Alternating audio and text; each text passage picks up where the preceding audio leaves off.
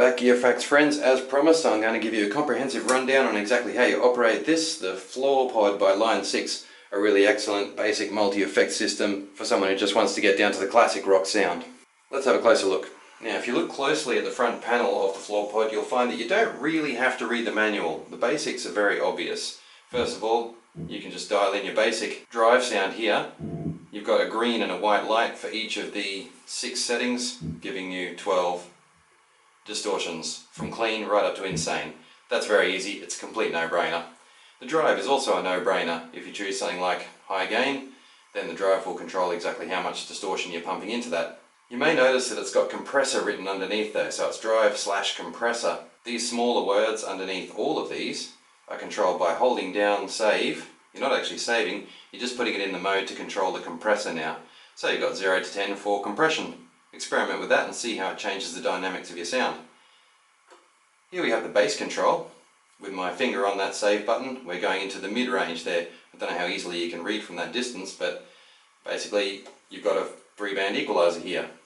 Bass, press the button, I've got mid, move along a bit and I've got treble. When I hold down the button with treble, I've got a presence control, and that again will give you a lot of control over the dynamic of your sound, and is really quite an important parameter when it comes to the overall personality of what you're trying to put forward. Next up, we've got the first part of the effects system, chorus and flanger on the first continuum here. Wind around a bit more and you're into phaser territory, and then over here we have tremolo. You can control the speed of these effects by tapping on tap tempo, fast taps, fast flashes, slow taps, slow flashes. So the tremolo, phaser, flanger, all those effects will pulse in accordance with how fast that's going. Very handy if you want to match the tempo of what a drummer is playing, or just to quickly dial in the feel of what you want. One thing I will point out is that these effects hit pretty hard quite suddenly. If you turn chorus to absolute minimum, it still comes in very strong. Halfway through that, then we go into flanger. The chorus kind of morphs into a flanger. Phaser is all on one long continuum, and same with tremolo. The tremolo just gets deeper as you dial up to maximum, and the waves of that tremolo will be dictated by the speed here.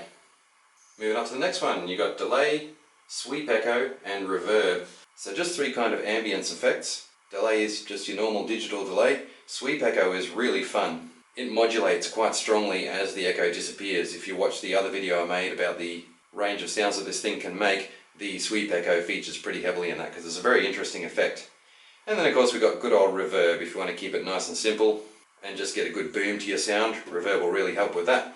Moving further around the arc, we've got presto for wah. How simple could that be? And it's not all that hard too. Some of these pedals you really have to jam them down, but even just with the strength of my hand and no body weight really at all, I can easily activate the wah. Press it again and it reverts back to a volume pedal. Couldn't be simpler. If you hold this one down, I'm not sure how easily you can see that on the screen right there, but the 3rd foot pedal along gets held down to bypass everything. Hold that down and all you get is the clean signal of your guitar. So going back around, once you've dialed in everything exactly the way you like it, you just press save quickly and it starts to flash, and that's its way of saying, you sure you really want to do that? Save this patch? And you say, yeah, no problem. So you save now in patch number 10. Pressing the 2nd foot switch will cycle you up through the patches, and the left switch will cycle you down through the patches. Okay, so it's all very, very simple, very self-explanatory, and there's really no need to read the manual. Before signing off though, I just want to talk a little bit about the ergonomics of this pedal, which are exceptional. Line 6 have not made this to look pretty, they have made this to fit with the needs of someone using it on stage. The handle, for a start, is a brilliant idea. Just about all musical equipment should have this kind of thing. Pick it up straight off the ground, no need to grab it underneath the side, get your fingernails in under there, or take any unnecessary risks with the safety of yourself or the equipment. That's excellent. The pedals are nice and flat, which means if you're at home playing by yourself, you can just play it in a pair of socks or in bare feet. That's fine. We've all done it before, let's be honest, and stepping on those classic pedal knob things is really quite uncomfortable, so that's a good feature as well. The round edges, I think, are excellent because, even though they look a little odd, they're great for absorbing impact. If you drop this thing along that side there, it's going to absorb impact right through the whole thing, whereas a square edge will just crack when it hits a cement floor. The durability really is exceptional. And it's not that the chassis is super thick or armoured or anything like that, it's just the clever design of that arced shape. And pretty much every contour of this machine is arced to absorb accidental kicks, accidental drops, and prolong the life of the machine. And you can tell just by turning these dials that everything is made very, very solid. The dynamic pedal is exactly the same story. It's very sturdy and yet really quite flexible and easy to operate. You'll never get the feeling of, well, I shouldn't stomp on that too hard, I might break it. Just not going to happen with this unit. All the sockets are quite sensibly laid out around the back. Hopefully you can see that alright, because I'm in front of the camera, I can't quite see what you're seeing. But anyway, everything's clearly labelled where you can see it, and clearly accessible with your hands. Nothing's hidden under a little overhang, and all the text is very easy to read and follow regardless of what your light conditions are like. So really, it's a 10 out of 10 for ergonomic design.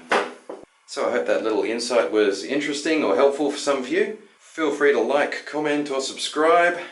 I'm always happy to have a chat about any kind of music gear, and I look forward to seeing you next time on Gear Facts.